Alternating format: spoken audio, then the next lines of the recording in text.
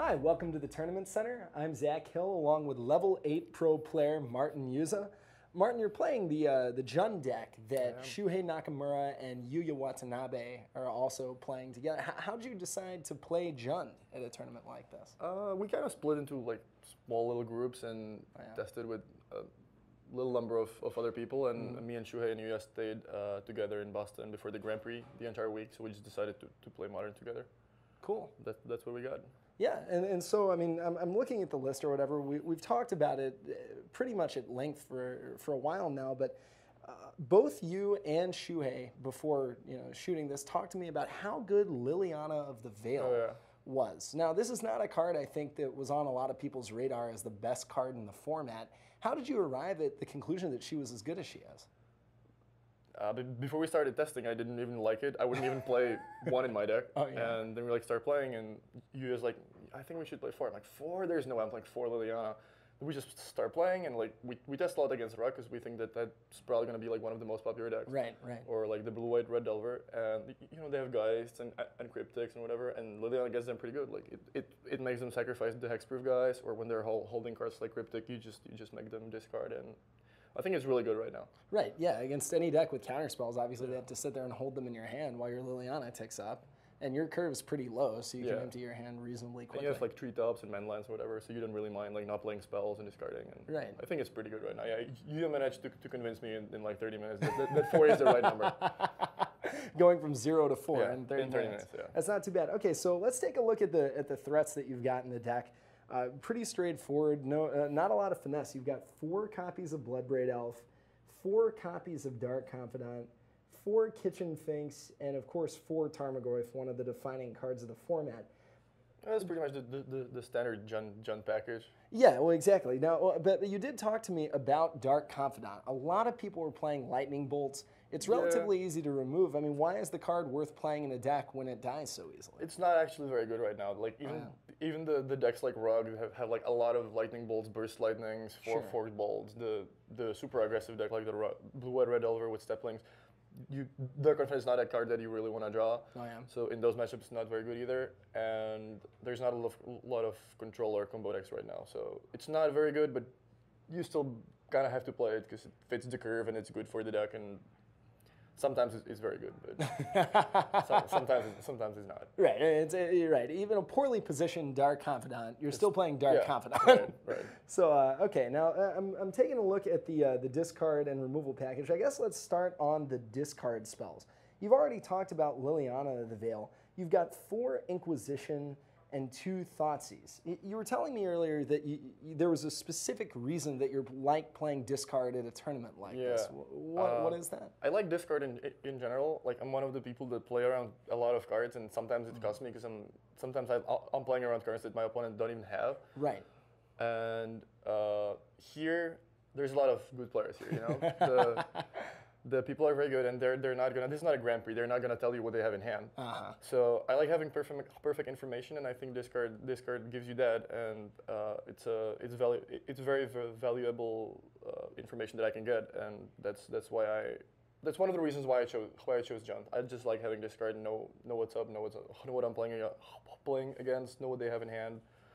Basically, I can make my decisions based on perfect information, which is very valuable. So obviously the peak effect is hugely valuable. How did you decide to go specifically with 4 Inquisitions and 2 Thoughtseizes? No real reason, I guess. Like you're taking a lot of damage with your fetch lands and dual lands and Dark Confidant, so I guess Inquisition is a little better because it doesn't cost you life.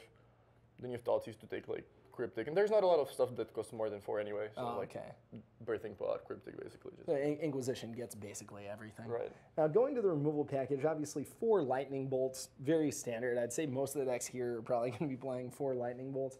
You've got 2 Maelstrom Pulse, 1 Jund Charm, and then 2 copies of Terminate. That's kind of a little non-standard. How'd you decide to arrive at that particular mix of spells? People right now they like there's a lot of hexproof guys, like guys. So Maelstrom Pulse is not as good as it used to be. So that's why we have only 2 to destroy stuff like Birthing Pod and Vidalcan Shackles. And Terminate, we thought about playing Doomblade because Doomblade destroys non-black creatures, and no one really plays any black creatures right now. There's just like Dark Confidant or Tide Hollow Scholar, I don't even know. Right, and you've got a lot of other ways to kill Dark Confidant. But since we're going to be playing at least two mirror matches, we decided that Terminate is probably the way to go. And John Charm is a kind of a concession to the gifts plan that the blue-white red decks have after sideboard. It's also very good against like Flip Delvers. It's good against Geist. And after sideboard, they usually bring in the gifts package for Yona and Unbury Rights. Right. And this gets them pretty good, because they have to spend two turns, 8 mana to get it in play, and you just blow them out with the John Charm, remove their graveyard, and we have one more in the sideboard. Get the Geist and Delvers. Because they can't very well play around your 1 copy of Jun Charm, but if you have it, it totally blows them out. Sometimes, you have a Tarmogoyf, your opponent has a Tarmogoyf, you attack, they block, you pump yours.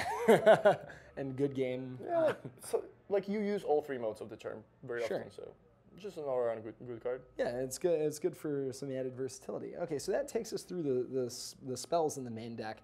I'm looking at the mana base right now. You've got obviously your sack lands into your Ravnica duels, pretty standard element of the format. 4 Blackcleave Cliffs. Now, we haven't seen that many of the Mirrodin lands in play today. Why is that card worth playing? It doesn't cost you life to put it untapped in play, and you need a lot of black sources for Liliana, so that's why most of the lands produce black, except for the man lands, I guess. And And that's one of the things I like about the deck, is being able to play 4 copies of Treetop Village and 2 copies of Raging Ravine. Obviously, they're really good with Liliana the Veil. They also help you just not get mana flooded. Are the manlands one of the reasons that you wanted to play this deck, or are they just kind of like a nice addition? No, you have to play a lot of lands, because you're playing like double green Kitchen Finks, double black Liliana, and you really want to cast the spells early. Like you have a black discard spells for 1 black on turn 1 that you have to play. Sometimes you really have to start with Lightning Bolt to kill a Delver. Yeah. And that's the reason why we're playing 25 lands, but you kind of make up for it by playing 6-man lands, because even if you draw a lot of lands, you're still being able to attack with them. Right. And in a format like this, where there's a lot of decks that play, 19, 20 lands, you want to have something to do when you draw a lot of them. Okay, so that gets us through the main deck. I want to talk about the sideboard, because there's some spicy numbers here. One, sweet stuff. Olivia Voldaren. What is she doing in here? That was our last sideboard card, and it's like for the white decks, for like Tarmogoyfs, it can randomly be good or it's gonna be very bad. I'm not really sure about it, but we're gonna give it a try. I think it's awesome, and hey, look, awesomeness is a reason to play a card. Right.